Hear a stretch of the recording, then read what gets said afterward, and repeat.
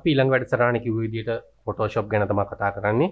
ඉතින් Photoshop ගැන කතා කරද්දී Photoshop basic දේවල් ටික තමයි අපි මේ වැඩසටහන ඇතුලේ කතා කරන්නේ.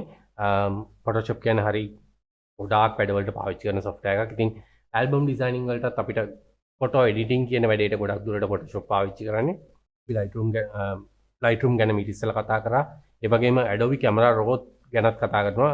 Adobe Camera Raw Lightroom පොඩි සමානකමක් තියෙනවා. ඉතින් දෙකේම එකම ඔප්ෂන් තමයි තියෙන්නේ. ඉතින් ඔයාලට පුළුවන් මේ දෙකෙන් කැමති එකක් පාවිච්චි කරන්න. ඉතින් හරි අපි කතා කරමු Photoshop ගැන දැන්. Photoshop වලදී මේ ඉන්ටර්ෆේස් එක තියෙනවා. Photoshop ඉන්ටර්ෆේස් එක. ඉතින් මේක හරි සරල ඉන්ටර්ෆේස් එකක් තියෙන්නේ. හැබැයි ගොඩක් දේවල් මේක ඇතුලේ තියෙනවා. Photoshop ඉන්ටර්ෆේස් එක හැම වෙලේම තාම සිම්පල් විදිහට තියාගන්න try කරන්න. ඉතින් මේ ඉන්ටර්ෆේස් full customizable. ඉතින් ඒ කියන්නේ ඔයාලට ඕන විදිහට මේක customize කරන්න හැකියාව තියෙනවා. ඒ නිසා ඔයාලට අවශ්‍ය දේවල් සහ අනවශ්‍ය දේවල් මේක ඉවත් කරගන්න. ඉතින් අවශ්‍යම දේවල් ටික විතරක් තියාගද්දි ඔයාගේ ඉන්ටර්ෆේස් එක හරි ලස්සනයි. ඉතින් මම මේකෙදි මට අවශ්‍ය දේවල් සහ අනවශ්‍ය දේවල් ටික මම හදා ගන්නවා. හරි. මේ තියෙන්නේ ටූල් බාර් එක. මේ ටූල් බාර් එකත් අපිට වෙනස් කරන්න පුළුවන්.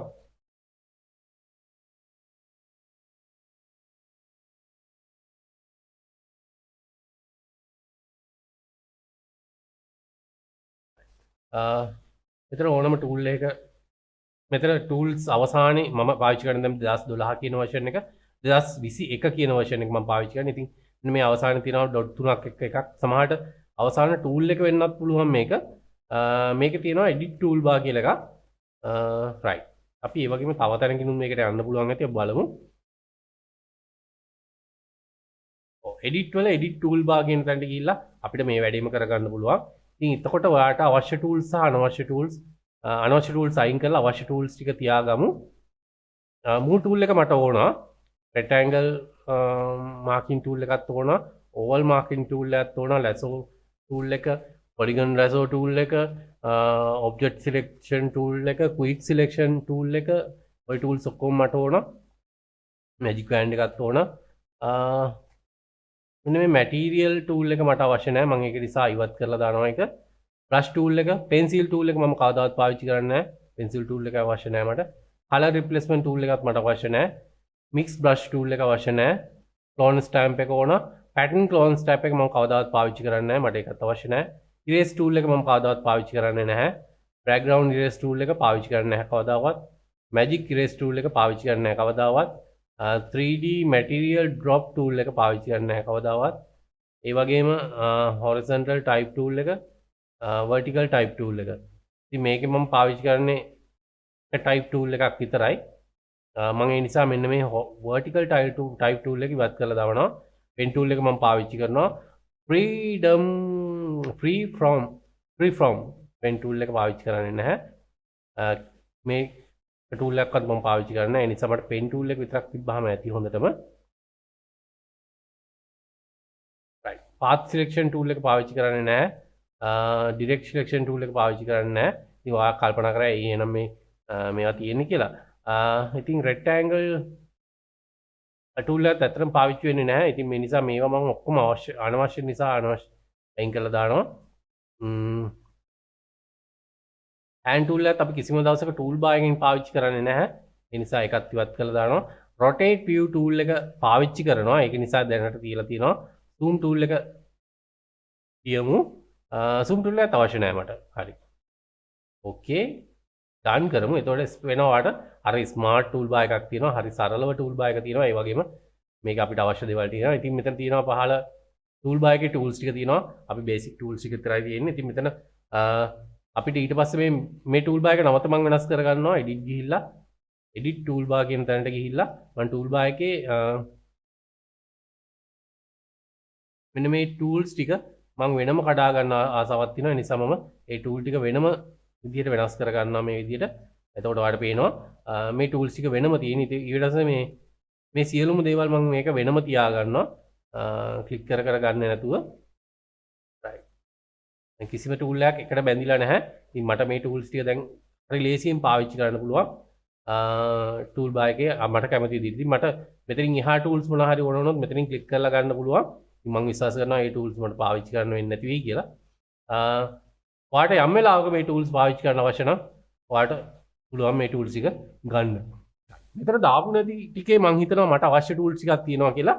එහෙනම් මම නැවතත් ටූල් බාර් එකට එඩිට් ටූල් බාර් ගිහිල්ලා මම මේ අවශ්‍ය ටූල්ස් ටික හොයා ගන්නවා.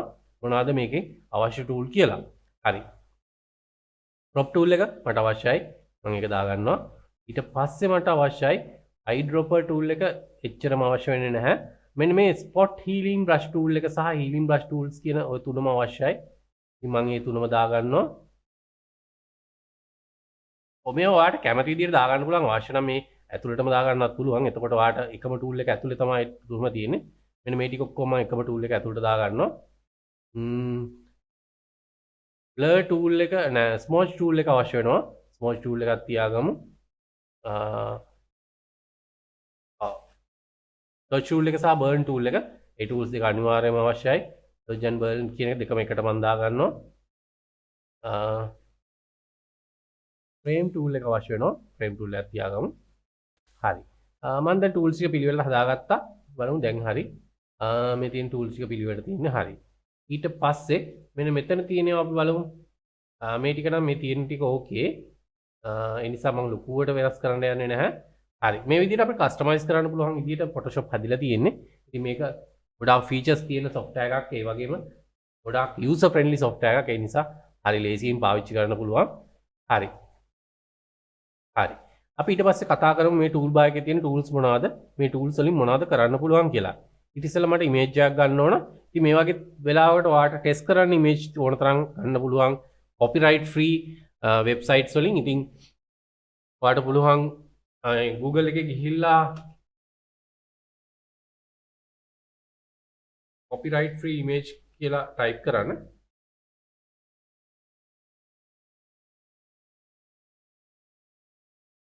type කරපුවම ගොඩාක් image තියෙන websites එනවා. ඉතින් ඔයාලට පුළුවන් මේ කැමති website එක පාවිච්චි කරන්න.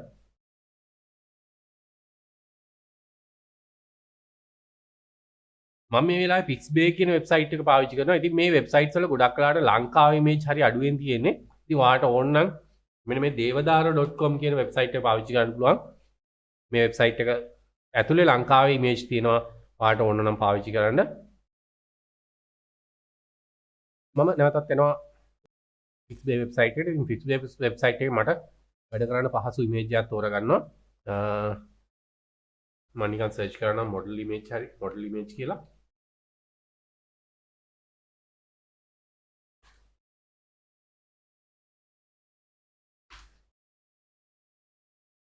type කරපුවම ගොඩක් models ලාගේ image එනවා.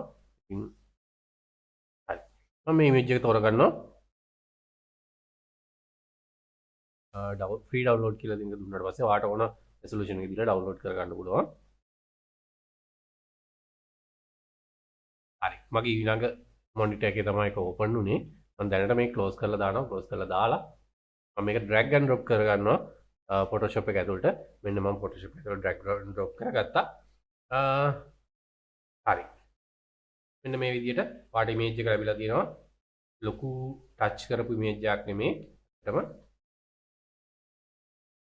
සාමාන්‍ය Photoshop එකේ තිබ්බ තත්ත්වෙම තියෙන්නේ මේක දැනට.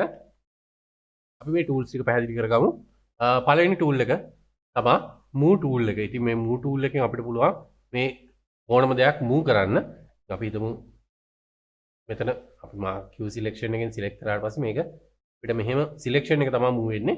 ඉතින් අපිට මේක object එක move කරගන්න ඕනේ. මෙන්න මේ විදිහට move කරන්න පුළුවන් ඕනම එකක්. හරි. ඕනම තැනක control Z ගහපුවම ඔයාලට undo කරගන්න පුළුවන්. ඔයාගේ මම පාවිච්චි කරන key shortcut key ටික පහළ තියෙනවා. ඔයාලට බලා ගන්න පුළුවන්. මෙන්න මේ විදිහට රවුමක් අඳින්න පුළුවන් මේ අනිත් tool එකෙන්. ඊට පස්සේ ඊළඟ tool එකෙන් අපිට මේ image එකක් ඕනම විදිහට crop කරන්න පුළුවන්. ඉතින් මම ඉදිරියේදී කියලා දෙන්නම් crop කරන්නේ කොහොමද? අපිට මේ photography rules use කරලා crop කරන්නේ කොහොමද කියලා මම ඉදිරියට කියලා දෙන්නම්. ඊට පස්සේ තියෙන්නේ මෙතන healing brush tool ටික. මේ වගේ අපි පොඩ්ඩක් zoom කරගත්තොත් zoom කරලා පස්සේ ඔයාලට පේනවා මේ ඉසකිස් පොඩි පොඩි දේවල් අපිට පේනවා. අපිට පුළුවන් මේක කුඩා කරලා මෙන්න මේ විදිහට brush tool එකක් අරගෙන මෙන්න මේ විදිහට මේක හීලින් බ්‍රෂ් එකෙන් නැති කරලා දාන්න පේනවා නේද? ඉතින් මේවා හරි සූක්ෂමව කරන්න ඕන වැඩ. මොකද ඔයා පොඩ්ඩක් එහෙම ගිය ගමන් පැටලිච්ච ගමන් ඒ වෙච්චි වරද හොඳට පේනවා එළියට. ඉතින් ඒ නිසා මේවා හරි සූක්ෂමව කරන්න ඕන. ඉතා පැහැදිලිව හොඳ සංයමයක් සහිතව ඔයාට මේක කරන්න ඕන. මට මේ වෙලාවේ මං හිතන්නේ මට බැරි වෙයි මේකේ උපරිම අවුට්පුට් එක ඔයාට අරන් දෙන්න. හරි. ඒ විදිහට අපිට පුළුවන් හීලින් බ්‍රෂ් ටූල් එකෙන් මේ විදිහට කරන්න. රයිට්. මේකෙම තව ටූල් එකක් තියෙනවා. Healing brush tool. මේ ස්පොට් හීලින් කියන එක තමයි මම ඉස්සෙල්ලා පාවිච්චි කරේ. මේ හීලින් බ්‍රෂ් ටූල් එක. මෙතනදී අපිට සිද්ධ වෙනවා පොයින්ට් එකක් දෙන්න. ඒ කියන්නේ අපි හිතමු මෙන්න මෙතන තියෙන දේ මෙතනට. මොන විදිහට තියෙනවා. එතනදී පොඩි AI එකක් සහිතව තමයි එයාලා ඒ ප්‍රොසෙස් එක කරන්නේ. එතනදී වාට ඒ නිසා හරිම ෂාප් අයිඩියා එකක් ගන්න පුළුවන්. මෙන්න මේ විදිහට දැන් වාට පේනවා මෙතන පොඩි ලයිට් වෙච්ච ගතියක් තියෙනවා. අපි ඒක ක්ලික් කරපු ගමන් නැවත ඒ තියෙන පවතින ස්කින් එකත් එක්ක එයා බැලන්ස් කර ගන්නවා. වාට පුළුවන් කැමති විදිහට මේ ටච් එක කරගෙන යන්න. වාට පැහැදිලි මං හිතන්නේ. හරි. ඊට පස්සේ මෙතන තියෙන්නේ ඊළඟට තියෙන්නේ dodge and burn tool එක. මේක ගැන මම ඉදිරියේදී ටිකක් බරපතලව කතා කරනවා. ඒ නිසා මම මෙතනදී ලොකුවට කතා කරන්නේ නැහැ. මේකේ dodge කියන tool එකෙන් අපිට පුළුවන් ඕනම එකක් අඳුරු කරන්න. burn tool එකෙන් අපිට ඕන එකක් අඳුරු කරන්න පුළුවන්. dodge tool එකෙන් පුළුවන් ඒ වගේම අපිට ඒක light කරන්න. ඉතින් මේක ඔයාලට මෙතන පැහැදිලිවම පේන්නේ නැති වෙයි. මොකද මෙතනදී මේ විදිහට අපිට මේ වැඩේ කරන්න අමාරු නිසා. right. ඊට පස්සේ තියෙන්නේ frame tool එක. ඒක නම් ලොකු වැදගත්කමක් නෑ ඇත්තටම. ඉතින් අපිට frame එකක් නිර්මාණය කරන්න පුළුවන්. මේක ඇතුළට අපිට image එකක් apply කරන්න හැකියාව තියෙනවා. ඊට පස්සේ ඉන්නේ smudge tool එක. smudge tool එකෙන් අපිට පුළුවන් ඕනම දෙයක් smudge කරන්න මෙන්න මේ විදිහට. right. smudge කිරීමේ හැකියාව තියෙනවා. ඉතින් මේක පාවිච්චි කරනවා ටිකක් වැඩිපුර මේ දවස්වල. මේ මොකද අර image art විදිහට use කරන ටෙක්නික් එකේදී අපිට මේක පාවිච්චි කරන්න පුළුවන්.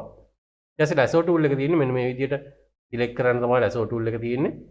ඉතින් මේ විදිහට අපිට lazyම select කරන්න පුළුවන්. ඊට පස්සේ තියෙන්නේ polygon lasso tool එක. ඉතින් මෙතනදී click එකක් සමග තමයි අපි tool එක select වෙන්නේ. ඒ කියන්නේ click click click click. හරි.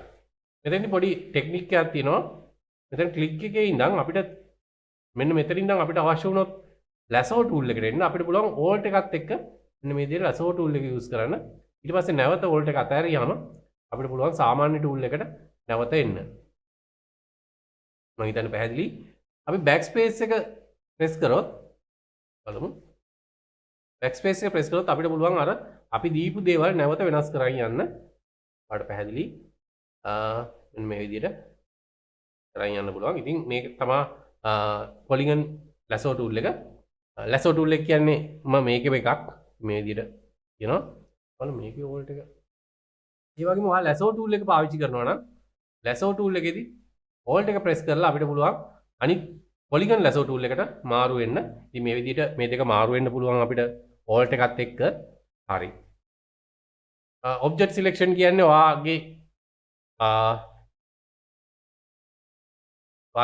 frame එකේ යම් object එකක් ඔයාගේ photo එකේ යම් object එකක් තියෙනවනේ මේ object එක select කිරීමේ හැකියාව තියෙනවා මේක ඇතුලේ.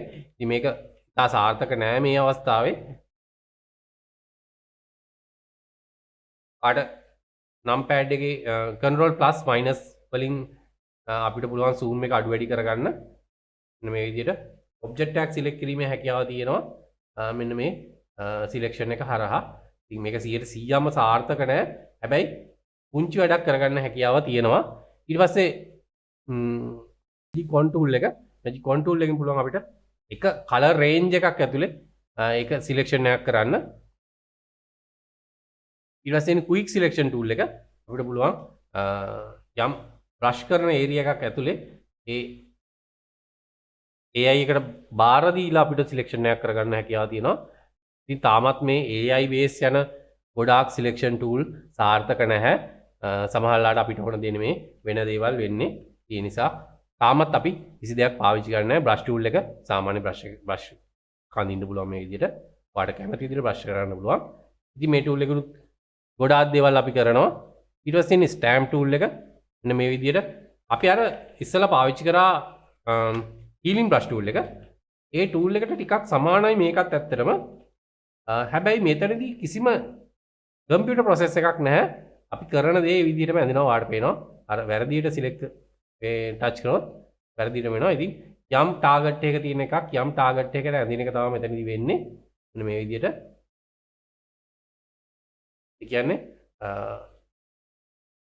නම්බර් 1 පොයින්ට් එකේ තියෙන එක නම්බර් 2 පොයින්ට් එකේ ඇඳින එක තමයි මේකෙදි වෙන්නේ. ඉතින් හරි ලේසි ටූල් එකක්. මේක හැබැයි ගොඩාක් වැඩවලට අපි පාවිච්චි කරන්න පුළුවන්. මෙතන ටයිප් ටූල් එක අපිට ඕනම දෙයක් ටයිප් කරන්න පුළුවන් මෙතන. ඊට පස්සේ තියෙන පෙන් ටූල් එක. ඉතින් අපි ගොඩාක් දුරට පාවිච්චි කරනවා සිලෙක්ෂන් කිරීම සඳහා පෙන් ටූල් එක. ඉතින් පෙන් ටූල් එකේ පොඩි රහස් ටිකක් තියෙනවා. අපි ඒ රහස් ටිකත් බලමු. හරි. පෙන් ටූල් එක ගැන මම වෙනම වීඩියෝ එකක් කරන්නම්. එතකොට අපිට ඒකේ රහස් ටික අපි වෙනම කතා කරමු. සිලෙක්ෂන් එකක් කරන ගමම කොහොමද මේ පෙන් ටූල් එක පාවිච්චි කරන්න කියලා. ඊට පස්සේ මෙන්න මේ ටූල් එක තියෙනවා. මේ ටූල් එක ඇත්තටම ඔයාට පාවිච්චි කරන්න තේරෙන්නේ නැති වෙයි. සමහරට ඔයා බ්‍රවුසර් එකෙන් නම් වැඩ කරන්නේ. නමුත් ඔයා ටැඩ් එකෙන් වැඩ කරනවා නම් ඔයාට හරිය වැදගත් මේ ටූල් එක. ඔයාගේ canvas එක ඔයාට කැමති පැත්තට හරව ගන්න පුළුවන්. මෙන්න මේ විදිහට. හරි. මේක ඇත්තටම වැදගත් වෙන්නේ මොනවාද? drawing pad එකෙන් වැඩ කරද්දී drawing pad එකේ වැඩ කරනවා නම් ඔයාට තව ගොඩාක් දේවල් කරන්න හැකියාව තියෙනවා. මේ software එක ඇතුලේ. right. ඊට පස්සේ මේ පැත්තේ තියෙනවා tool bars. ඉතින් ඔයාට Windows කියන menu එකට ගිහිල්ලා බලපුවාම Windows menu එකේ ගොඩාක් tool bars තියෙනවා. මේ ඕනම tool bar එකක් ඔයාට හැකියාව තියෙනවා මෙතන click කරලා open කරගන්න. මේ විදිහට open වෙනවා. ඉතින් මේ paragraph කියන tool bar එක ඔය විදිහට tool bars ගොඩාක් තියෙනවා. ඉතින් ඔයාට කැමති tool bar එකක් එක්ක වැඩ කරන්න පුළුවන්. ඒ වගේම ඔයා අලුතෙන් plugins මොනවා හරි install කරනවා නම් ඒවත් සමහරට මේ tool bars වගේ එකතු වෙන්න ඉඩ තියෙනවා. ඊට පස්සේ මම පාවිච්චි කරන මෙතන අපි හිතමු switch tool bar එක අපිට colors ගන්න ඕන වෙද්දි right. මෙන්න මේ විදිහට තමයි basic interface එක Photoshop එකේ interface එක ගැන අපි කතා කරන්නේ. හරි. අපි ඉදිරියට තව ගොඩාක් දේවල් ගැන කතා කරනවා. ඒ වගේම file ගිහිල්ලා new කියන එකට ගිහිල්ලා මෙන්න මේ new tool bar එක ගැන අපි කතා කරමු. මේක තමයි අලුතෙන් file එකක් ගන්න tool bar එක. ඉතින් මෙතනදී ඔයා ෆොටෝ එඩිටින් කියන සබ්ජෙක්ට් එක ඇතුලේ මේ ෆොටෝ කියන එක ඇතුලේ තමයි අපි ඕනම දෙයක් කරන්නේ. ඉතින් අපි නිතර පාවිච්චි කරන ඇල්බම් ප්‍රොෆයිල්ස් ටික මෙතනට ඇඩ් කර ගන්න පුළුවන්. ඉතින් මම නිතරම පාවිච්චි කරන ඇල්බම් ප්‍රොෆයිල් එක ගොඩාක් දුරට 12:32 කියන පේජ් එක තමයි මම වැඩ කරන්නේ. 12:32 පේජ් එක මේ විදිහට ටයිප් කරලා ඕකේ කරපුවාම පේජ් එක ගන්න පුළුවන්. මම ටයිප් කරේ වැරදියට. අපි හරියට ටයිප් කරමු ආයේ. ෆයිල් නිව් ගියා. එතකොට height එක තමයි 12 වෙන්නේ. width එක 32යි. හරි. ඉතින් ඊට පස්සේ මේක ඕකේ කර හැකි. ඕකේ කරපුවා මෙන්න මේ විදිහට ඇල්බම් පේජ් එක එනවා. හරි. මේ ඉන්නේ ඇල්බම් පේජ් එක. අපි ඉදිරියට මේ පේජ් එක කොහොමද කස්ටමයිස් කරන්නේ? සහ පේජ් එක ඇතුලේ ඩිසයින් කරන්නේ කොහොමද? ෆොටෝ එකක් ඩිසයින් කරගන්නේ කොහොමද කියලා කතා කරමු ඊළඟ පාඩමේ.